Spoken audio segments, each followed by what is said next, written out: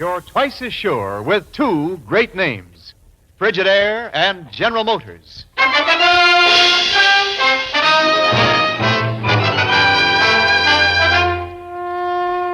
Frigidaire presents Herbert Marshall as the man called X.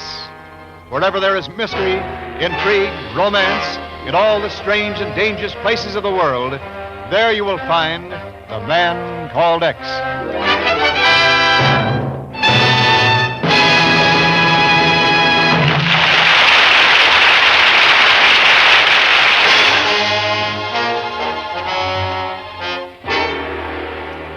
Now Frigidaire presents Herbert Marshall as Ken Thurston, the man called X. Well, you might as well sit down and take it easy, Ken. Unless the Bureau's called in on it, our hands are tied. Not a thing we can do. Yeah, I know, Chief. $2 million worth of radium. And somewhere between here and Manila, the stuff's going to be hijacked. I'm sure enough to bet on it. What time's the plane scheduled to leave, Ken? Around 5:30 this afternoon. It's a charter line, so they don't have any set schedule. And you say there'll be other passengers besides this Don Louis Roof? Sure, 3 or 4 already. The flight's wide open for anybody who wants to buy a ticket. They're not even using a private plane. Oh, you'd think anybody with enough ability to run the radium supply agency would have the intelligence to realize what a chance he's taking. Dr. Mosley, it's not his intelligence, Chief, it's his attitude. He feels we're unduly alarmed. Oh. Of course, his responsibility is finished as soon as he turns the stuff over to Don Louis here in New York. And Don Louis doesn't want any protection either, eh? Considers it an insult to suggest it. I suppose you told Mosley about Chief, I used every argument I could think of. I told him that in spite of his secrecy, the whole underworld knows about the shipment. That Mr. Coco, probably the smartest international crook in the world, is supposed to be here in New York right now, and for one reason, to swipe that radium. Mr. Coco. I told him... Oh, well, what's the use? I know how you feel, Ken, but unless they call us in, it's simply not our job. If this thing were a private deal, I'd say, all right, let them pay for their cockiness, but it isn't.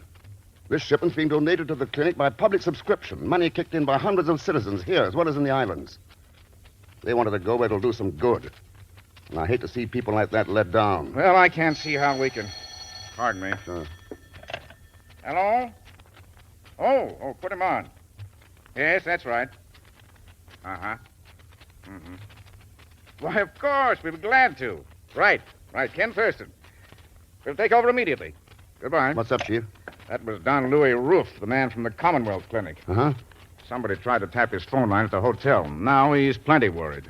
Wait, you mean? That's right, Ken. He's yelling for help. Good. That's all we need, Chief. We're in it.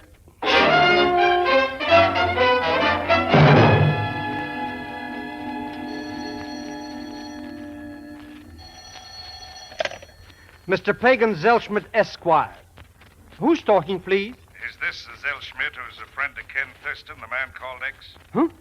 I mean, most likely you have the wrong number. I never even heard of anybody like that. If you're the right guy, I'm ready to send you $100 by messenger. So I'm very sorry. Zellschmidt, I want you to take a message to Mr. X. Tell him if he wants to go on living, he'd better keep his nose out of this radium deal. Otherwise, my agents would be forced to eliminate him. Got it? Right. I shall go find him immediately. As soon as the money gets here, of course. You'll go now. Get the money later. Apparently, you don't realize who you're talking to. As a matter of fact, I don't think I've had the pleasure, Mr. I'm sometimes known as Mr. Coco.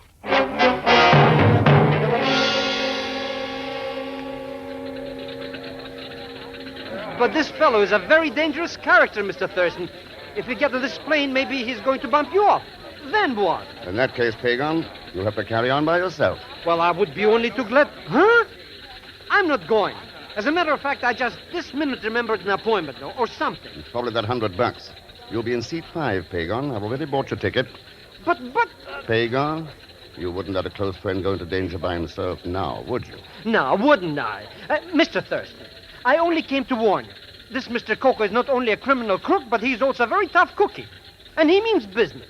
Then if he gets us, we'll go together. Friends to the last. Oh, don't say such things. I beg your pardon, gentlemen. Huh? Since we seem to be fellow passengers, permit me to introduce myself. I am the Baron Irving von Wolf, at your service. Hi, Baron. My name's Ken Thurston. This is Mr. Zellschmidt. Gentlemen, I wonder if either of you knows the reason for this delay. We should have departed 3 minutes ago. I believe they're waiting for another passenger, Senor Ruff from Manila. highly inconsiderate of him. We should have been here on time. You seem to be in a pretty big hurry to get to San Francisco. Are you going on business? Oh, not at all. I do not engage in business, Mr. Thurston. I find the income from my baronial estate quite adequate. You're lucky. Oh, I dare say. We're being honored. Here comes the princess. Princess, friend of yours? Oh, I met her a few minutes ago and found her most charming. Yeah, you can tell that from here. Pardon me, Baron Wolf. Do you know why we are being held up? Oh, there's another passenger, so Mr. Thurston tells me. Princess Katushka, allow me to present Mr. Ken Thurston and Mr. Zellschmidt. I am honored. You going on this plane, too? I am, at any rate. Mr. Zellschmidt isn't quite sure yet. Never any question. Oh, Princess. Along with Senor Ruff, then, we seem to be the passenger list. Is that right? Oh, there's one man already on board, I'm told. His name is David. He's been asleep in his seat ever since he got there. He snores most dreadfully. Well, I think I'll go on board. I will come with you, if I may. I hope we see a lot more of each other, Mr. Thurston, during the trip. Oh, yes, I'm sure of it. Then, for the present, au revoir. We'll see you on board, gentlemen. Mr. Thurston, I'm like a new man. Recapitulated, huh? What a luscious little chipmunk. Chipmunk, eh? It could be. At any rate, she's probably not the Princess Katushka. You mean she's only pretending to... Hey, what's all this? Probably our prize package, complete with police escort. Yep, here comes Don Louis now. Pagon, take a good look at that briefcase. It's worth $2 million. Good evening, Mr. Thurston. Sorry to be late, but we were delayed by traffic. You know Dr. Mosley, of course. Yeah, of course. How are you, Doctor? No trouble so far, then? Not a bit, Mr. Thurston. In fact, I'm inclined to believe the incident at Senor Ruff's hotel was pure coincidence. Had nothing at all to do with the radium shipment. Oh, that's possible. Shall we go aboard, Senor Ruff? I wish you the best of luck, Don Louis. It's been a pleasure to deal with you, sir. Sorry you're not going with us, Dr. Mosley. We have some pretty unusual people on board. I doubt there'll be a dull moment on the whole trip.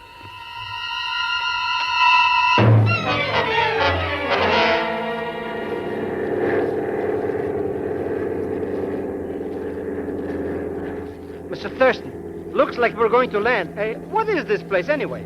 Kansas City, Pagon. Probably stopping for gas and a quick check over. Did you say Kansas City, Mr. Thurston? That's right, Princess. Yes, quite a cattle industry here, I understand. You interested in cattle, Baron? Only in a general way, Mr. Thurston. I have a large number on my estate, you know. Mm-hmm. Which reminds me, maybe I could get a hamburger here someplace if I had some money, of course. No question about it, Pagon. If you had some money, of course. Oh, well, doesn't matter. After all, I did have something to eat yesterday. Small crust of dry bread, as I remember. Or was the day before yesterday? All right, here. Buy yourself a sack full of hamburgers. And while you're at it, send this wire to the chief. Mr. Thurston, I'm stricken with gratitude. I shall do it immediately. Well, wait till we land. Huh? Oh, yes, of course.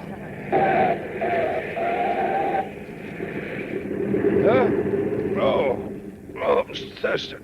What is this? We're landing? That's right, Don Louis. Short stop at Kansas City. You had quite a sleep. Well, you may consider that an indication of my confidence in you, Mr. Thurston. I felt most secure. Thanks. That's more than I feel. Something's happened? Not a thing. That's what bothers me. Well, they seem to have arrived. Part of the trip's over, at any rate. I hope you're not too disappointed at the lack of trouble so far, Mr. Thurston. Not disappointed. Only surprised.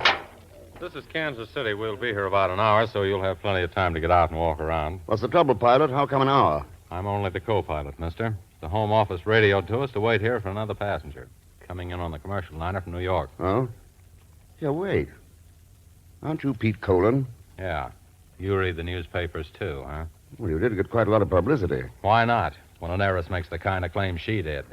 Said I married her for her money, threatened her life, had homicidal tendencies and a criminal mind. Who wouldn't get publicity? Yeah, I guess you've got something there. Well, Don Louis, like to get out, take a walk? Yes, an excellent idea. Maybe somebody ought to wake up Mr. Davis. Might want a hamburger or something. It's amazing. Except for the little time at Cleveland, the man has slept through this entire trip. Well, perhaps I'd better tell me we've landed. Mr. Davis. Mr. Davis, wake up. Remarkable accomplishment, being able to sleep that soundly. Hey, good heavens. What is it? Man isn't asleep. He's dead.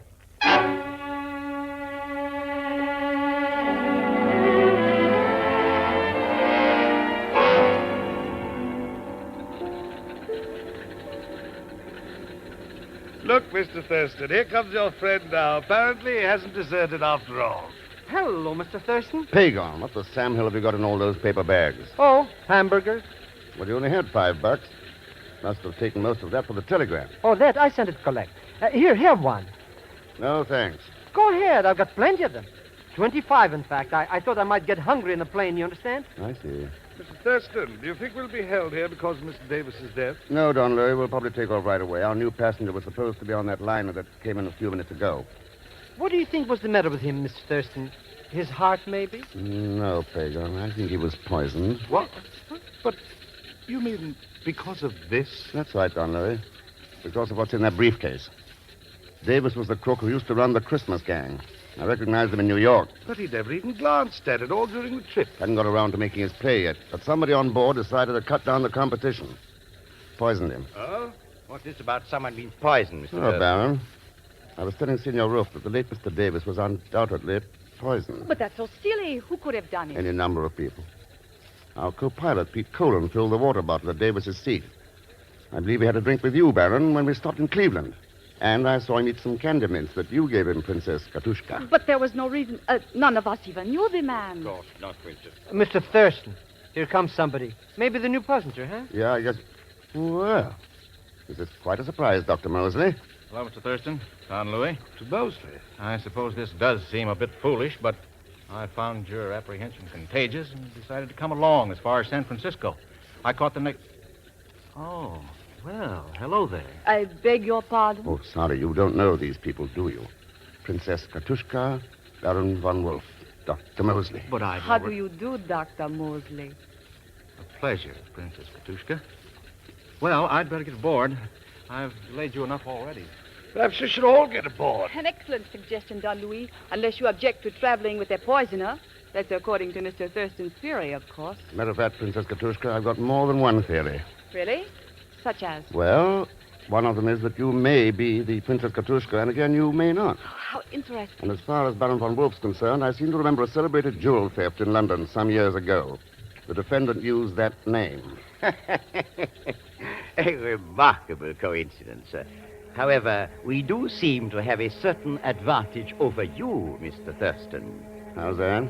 Because I am quite sure that all of us are aware of your real identity, Mr. Coco.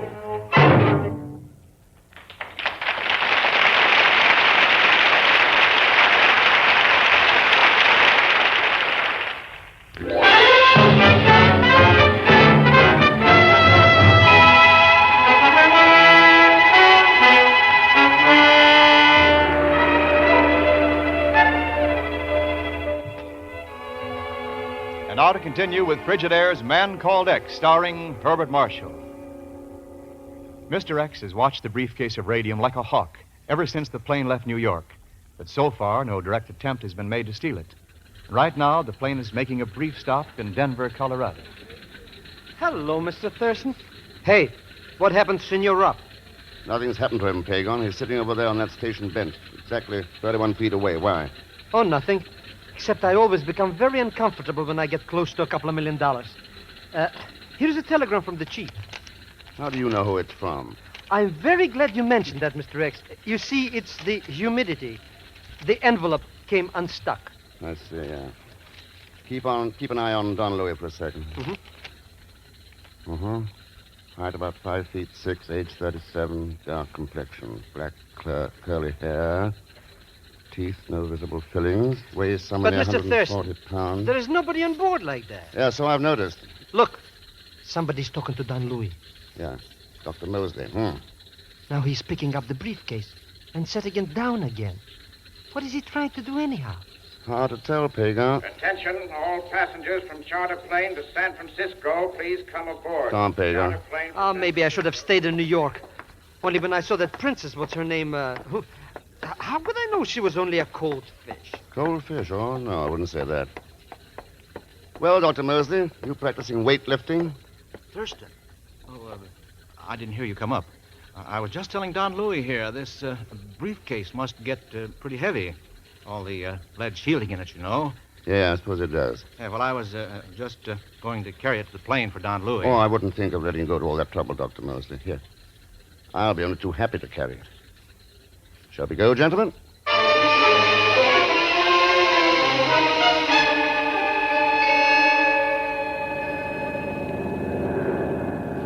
Where do you think we're now, Mr. Thurston?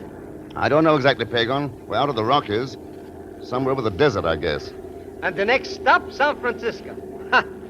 Not only this Mr. Coco doesn't show up himself, but he doesn't even have any agents like you said he did. Strictly one big bluff. Thought you'd all like to know we're running dead into a pretty bad storm.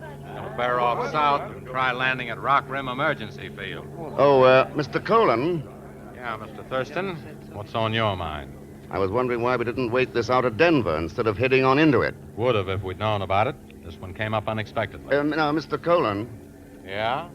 I happened to see a copy of that storm warning the field dispatcher handed you in Denver. I'd hardly call this unexpected.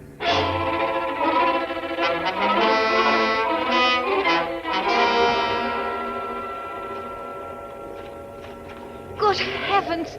You can't see anything in this dust. We'll get lost. We better stop. The building's over this way. Oh, If I know anything about the desert, there'll be a rain behind this wind. oh. It's a very good thing I bought those hamburgers in Kansas City. Ha! 14 left. Maybe I can make a little profit on it. Here, over this way. Here's the door to the field office. Ah, detestable climate, I must say. Nothing like it on your estate, Baron. There's shelter at least. That's a relief. Hurry up, everybody inside. Want to keep this sand out. Isn't there anyone here? Place seems deserted. Yeah, it does. Oh, hello. There's a note from the attendant here on the desk. Yeah. In event of any plane being forced down here, entire facilities are at the disposal of the personnel. I intend to be gone 3 days, servicing flight beacons on the mountain range at the west. Yeah, there seem to be bunk rooms of some sort along the hall back here. Probably living quarters in the rear there usually are. Uh-oh, the phone's dead. There's a rather nice lounge. Well, whatever it is, it looks like it's ours for the night. We're stuck here until morning at least. 8 people and $2 million. This might turn out to be quite a night. Oh, would anybody like to buy a nice hamburger? Only 75 cents.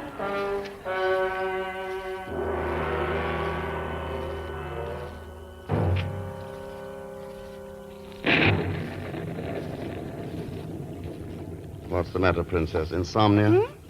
Oh, you startled me, Mr. Thurston. I didn't see anyone sitting there. You may as well make it Ken, since we've come this far together. Sit down. All right. Ken, Of course, that leaves me still wondering what to call you. you still think I'm an imposter, don't you? Aren't you? No more than you are. Touché. I suppose our little friends are all tucked in safely. I guess so. Rather surprised at you letting Don Louis out of your sight. You followed him around like a shadow. A good reason for it. Well, of course, you know about that. I can guess. Ken, why do you dislike me so much? I don't. I've been avoiding you because I think you're dangerous. There's a big difference there. Dangerous, Ken? In what way? The way you said that, for one thing. And the way you're looking right now. How am I looking? Let's say, desirable. That covers a lot of ground. I don't go so much for just looking, Ken. No more do I. So, where do we go from here? San Francisco. Oh, that's for tomorrow. How about tonight? Tonight. That settles that question. Ken, those were gunshots.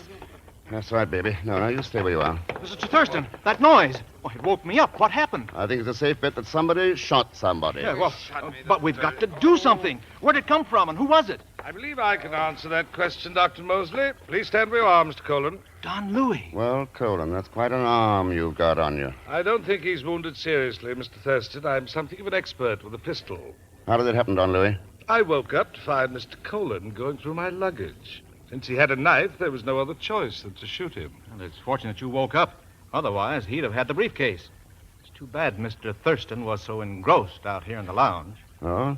I thought the shots woke you up. Well, at least you weren't where you should have been, with Don Louis. No. No more was the briefcase. Oh, that's right. Where is it? Under those cushions there. You've been sitting on it for the last 5 minutes. Oh? Since I was quite sleepy, Mr. Thurston was kind enough to take over my responsibility for a time. Mr. Thurston's well known on 2 continents for that sort of kindness, Don Louis. Hello, Baron. You always wake up with a brandy bottle in your hand? Oh, it's so much excitement. I thought a drink might be in order. I've even found glasses. How about one all around? An excellent suggestion. You didn't count me in. Well, there we are. Just a moment. Mr. Thurston, what's that gun for? Suppose we wait for our host to drink first.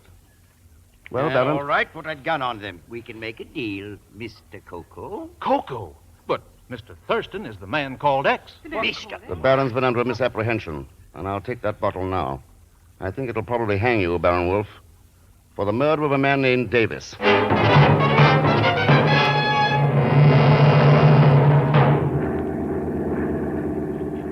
But, Mr. Thurston, think of the humiliation for the honorable name of Zellschmidt.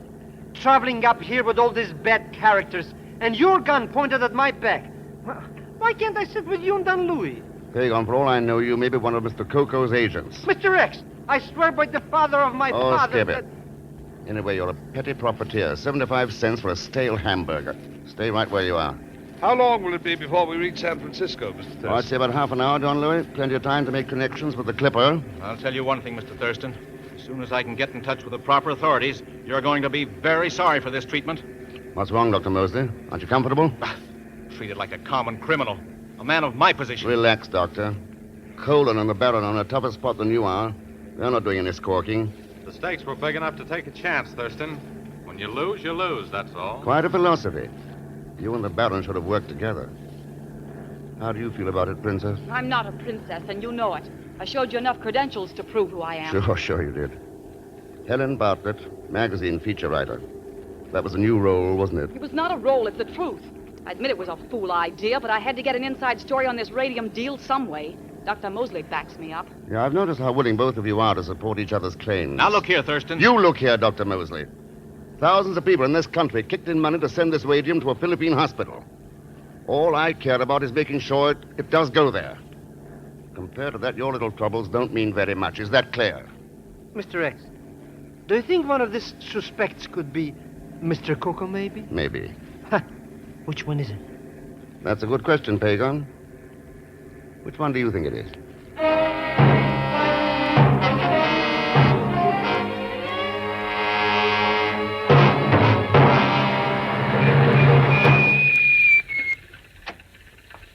Well, that looks familiar. You mean the Clipper, Don Louis? No, the wharf there. That's where I first landed, coming over from Manila. Well, I guess we may as well see you aboard. And you ought to have a pretty quiet trip from here on. Well, at any rate, Mr. Thurston, it's quite a relief to be vindicated finally and see the proper criminals put into custody. Yeah, it's been quite an experience. From a dangerous femme fatale to a suspect to a bona fide magazine writer all overnight. Helen, you'd be dangerous anyway. But you still show me San Francisco tonight in spite of it. Won't you, Ken? Well, here we are, Mr. Thurston. Yeah. Nice view across the bay. Yes, it is indeed. Now I may as well take the briefcase. Mr. Thurston, neither I nor my people can ever thank you enough for your protection on the trip from New York. That's very generous of you, Don Louis. As I said before, my one interest in this affair is to make sure the radium gets to its destination. Those customs guards there, they have the same idea. What? Why, those rifles are pointing at us. Oh, no, not us. Every one of those rifles is pointed straight at you, Mr. Coco. Huh? I seem to have underrated you, Mr. Thurston. How did you find out? Your gun first, please. Thanks. Well, it was your topcoat. You threw it across the seat in the plane, and I happened to notice a label. Gonzalez, the tailor, Manila. But Don Louis was from Manila. Around it was a line of tiny pinpricks, where another label had been ripped out. So I wired the chief for a description of the real Don Louis roof. You didn't fit it, Mr. Coco. But, Mr. Thurston, I dealt entirely with this man. He presented all the necessary credentials. What happened to the real Don Louis? Well, Mr. Coco, any answer there? We'll find him all right. And when we do, I think we'll find a few bullets fired from this gun. And that ought to make a pretty tight case. Now that I come to think of it, Mr. Thurston, I thought this fellow's voice sounded familiar. Yeah, he's the one who called me on the phone. Pagon, have another hamburger. Well, I don't mind if... Well... Yes, they're all such fools, Ken. But they never see it before it's too late. Helen, Any man's a fool when he sets himself against humanity. That's the real man without a country. If such there be, go mark him well. For him no music's raptures swell. As a fool he lives and blindly dies, finding death his only prize. It's a beautiful sunset there beyond the Golden Gate, except for one dark shadow from that rock on the right. Mr. Coco, that's the rock they call Alcatraz.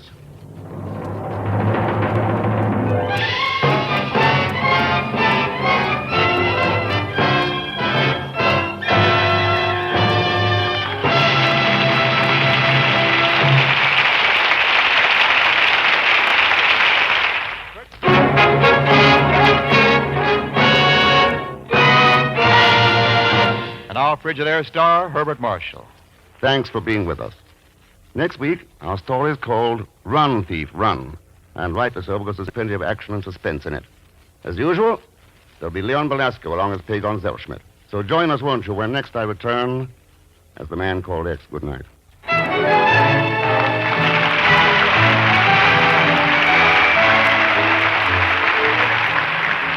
Frigidaire's Man Called X is directed by Jack Johnstone, with music composed and conducted by Johnny Green. Tonight's story was written by Les Crutchfield. And so until next week, same time, same station, this is Wendell Niles speaking for Frigidaire, made only by General Motors.